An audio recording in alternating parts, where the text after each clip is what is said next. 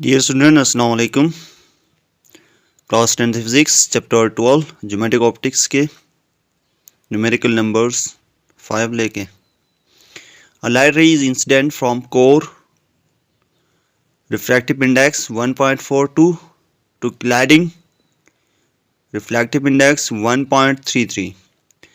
Interface. Find the minimum angle at which total internal reflection take place. Minimum angle find करना है जब total internal reflection हो रहा होता है. डेटा पे चले जाते हैं. N1 हमारे पास 1.42 दिया है और N2 हमारे पास 1.33 दिया है और मिनिमम एंगल हमने क्या करना है, फाइंड आउट करना है. सॉल्यूशन पे हम जाते हैं और फार्मूला हमारे पास होता है sine theta is equal to N2 divide by N1 और N2 की वैल्यू भी गिवन है, N1 की वैल्यू भी गिवन है. तो N2 की वैल्यू 1.33 है, इसको पुट ऑफ कर दिया और N2 की वैल्यू 1.42 है, उसको रख दिया और 1.33 डिवाइड बाई 1.44 करने से हमारे पास 0.936 साइन थीटा की वैल्यू ये आ रही है. और यहाँ तो हमने मिनिमम एंगल फाइंड करना है, इसीलिए हमने theta is equal to sine inverse, sine की टेक्नोमेट्री शिफ्ट हो जाएगी तो साइन इनवर्स 0.936. अब ये जो वैल्यू है इसको हम कैलकुलेटर के अंदर पुट ऑफ कर देंगे तो हमारे पास minimum angle theta is equal to 69.4 degree आ जाएगा. Problem number 6. A boy is looking at a pen through a concave lens of focal length 10 centimetre. एक लड़का है जो एक पेन को कनकेव लेंस की मदद से देख रहा है और फोकल लेंथ, कनकेव लेंस और बॉय के दरमियान जो फोकल लेंथ हमें दी गई है वो 10 सेंटीमीटर का है. What is power of lens? Power of lens क्या हो जाएगा? Pen is at 10 centimetre from concave lens. Pen जो है वो लेंस से कितना 10 सेंटीमीटर के फासले पे मौजूद है. Find the location and nature of the image. हमने क्या करना है, लोकेशन फाइंड करना है और नेचर ऑफ द इमेज को भी हमने क्या करना है, मालूम करना है. तो डेटा पे चले जाते हैं. फोकल लेंथ हमें 10 सेंटीमीटर का दिया है, फोकल लेंथ 10 सेंटीमीटर का दिया है तो इस सेंटीमीटर को हमने क्या कर दिया, मीटर में कन्वर्ट करने के लिए हमने 100 से डिवाइड कर दिया तो 0.1 आ गया. यहाँ पे फोकल लेंथ माइनस का लिया है तो माइनस का लेने का मकसद यही है क्योंकि जो मिरर जो लेंसेस हमने यूज़ किया है वो कनकेव लेंस यूज़ किया और कनकेव लेंस के अंदर फोकल लेंथ हमेशा नेगेटिव होता है. और एक चीज़ और भी बता दूं, यहाँ पे ये फोकल लेंथ तो हम वैसे तो हम सेंटीमीटर में ही यूज़ करते हैं बट यहाँ पे हमने मीटर में यूज़ करने की वजह क्या बनी, यहाँ पे मीटर में यूज़ करने की वजह ये बना क्योंकि यहाँ पे हमने पावर को फाइंड करना है. जब भी हमने पावर को फाइंड करना है तो फोकल लेंथ को सेंटीमीटर में नहीं बल्कि मीटर में लाना होगा, इसीलिए हमने इसको मीटर में कन्वर्ट कर दिया. इसके बाद डिस्टेंस ऑब्जेक्ट हमें दिया है 10 सेंटीमीटर का, डीओ हमें 10 सेंटीमीटर का दिया है और इमेज डिस्टेंस हमने फाइंड करना है, मालूम करना है और नेचर भी हमने क्या करना है, मालूम करना है. इसके बाद हम सोल्यूशन पे चले जाते हैं और हम जानते हैं पावर जो होता है वो हमेशा हमारे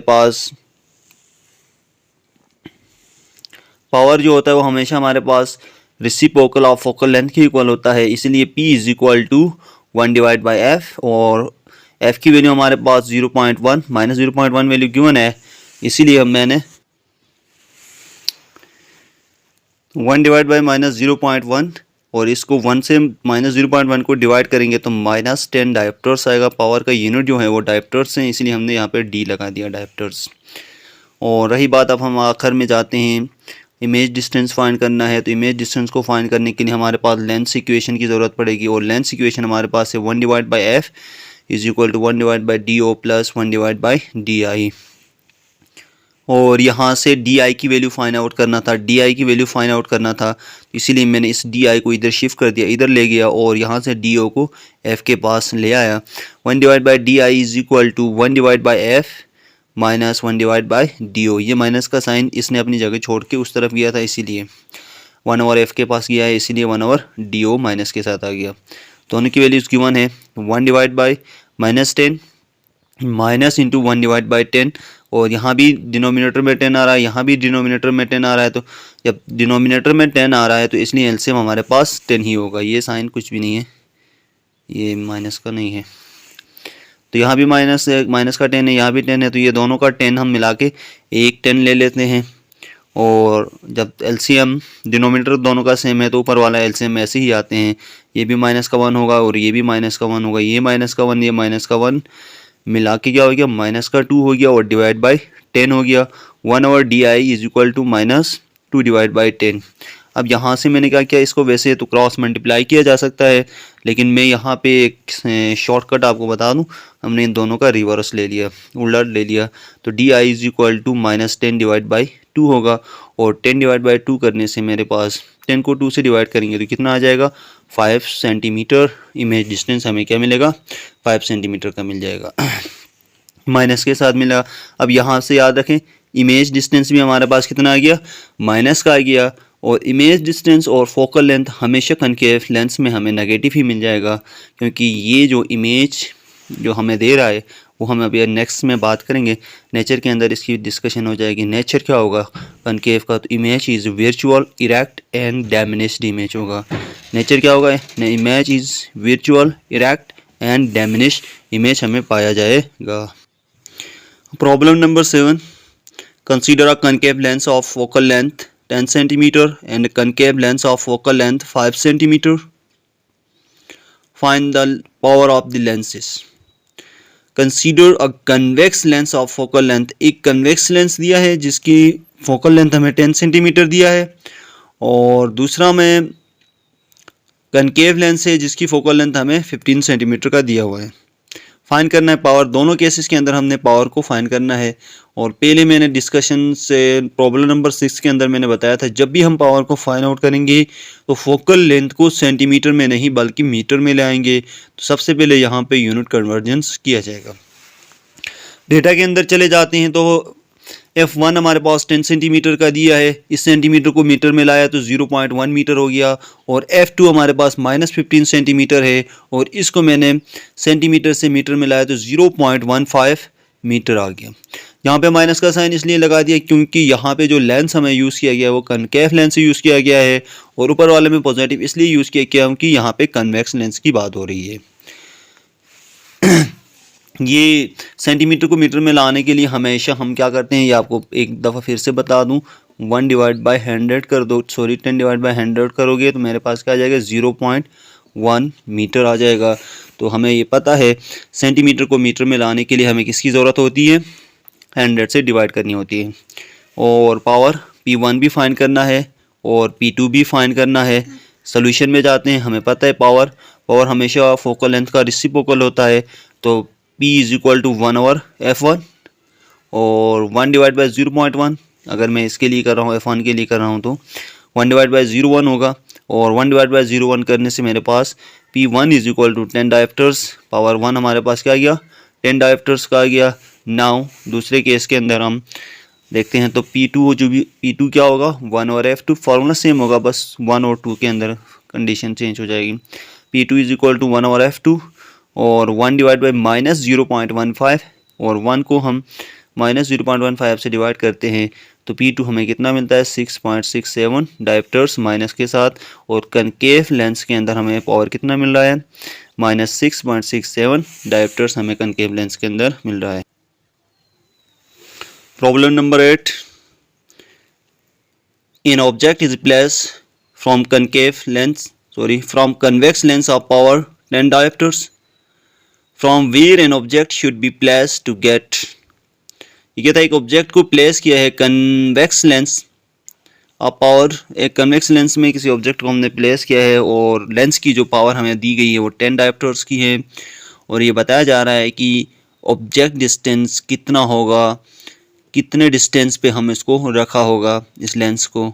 जबकि हमें दे रहा है केस 1 में 3 टाइम्स रियल इमेज, जो हमारे पास जो है इमेज जो होता है वो हाइट ऑफ इमेज जो हमारे पास है 3 टाइम रियल इमेज के बराबर है। और दूसरी कंडीशन में कहता है 3 टाइम्स वर्चुअल इमेज, फिर हाइट ऑफ इमेज जो होता है वो -3HO हाइट ऑफ ऑब्जेक्ट के इक्वल होगा।